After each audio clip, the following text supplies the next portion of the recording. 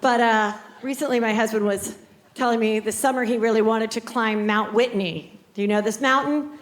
Sounds pretty intense. It's like a 2-day thing. I don't know if you're supposed to like do it in 25 hours. I don't know if you sleep there, what. I'm like, wait a minute, are you physically fit enough to do this? Is there cell reception? Like, what happens on this mountain? He's like, oh God, don't worry, I'm not gonna come back dead. And I'm like, well, I'm not worried about you coming back dead. I'm worried about you coming back alive, but just really fucked up. Like, if you're gonna fall off a mountain and live, it's not gonna be great for anybody, especially me, okay?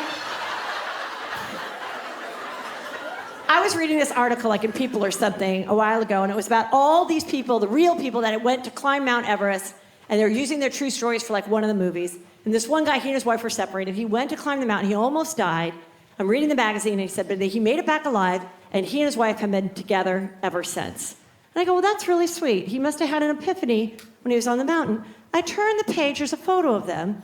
She still looks beautiful. He has half a nose missing from frostbite, along with both of his hands. I guess they were so cold, his hands and his gloves just broke off. He had to leave them on the mountain.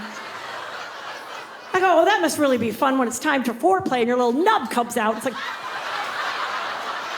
oh, but you just had to climb that mountain, didn't you? So you could check it off your bucket list. You can't even check it off. You don't have a hand. I have to check it off for you.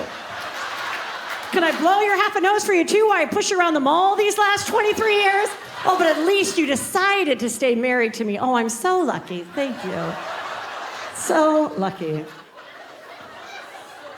My husband and I were having a very private, intimate conversation, which I'll share with you now.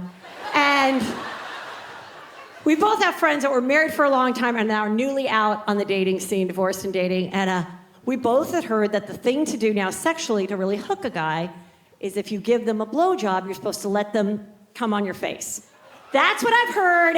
It's not just for hooker lights on a yacht getting a Chanel bag. Like, everybody's doing it, okay? And if you're not, it's like, you know, it's on people's profiles. It's like, I like sunsets, rainbows, and come on my face. Like, and they just swipe to the next person. That's what I've heard. I don't know. But that's one of the reasons I want to stay married, too, because I'm like, I'm not that great of an actress. I mean, quite honestly, I don't want to act, every time you see a new dick, you have to act like you're in the movie Jurassic Park. Like, oh, I'm scared. It's so big. I don't know if I can handle it. Can we go halvesies? I don't know. Then you have to be like, I love it, I love it, I love it, I love it. Nobody loves it. Nobody loves it, okay? So my husband's like, well, would you ever want me to do that to you?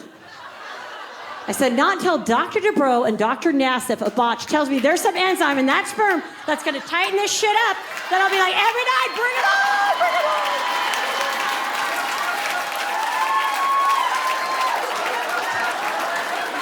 Oh. You know what I think about? Someone at one time, had to invent the blowjob. Like, one day, someone's dick fell in someone's mouth, and they're like, oh, this feels pretty good. I should tell the other villagers about it. And then that was it. It's in our repertoire forever. No getting around it.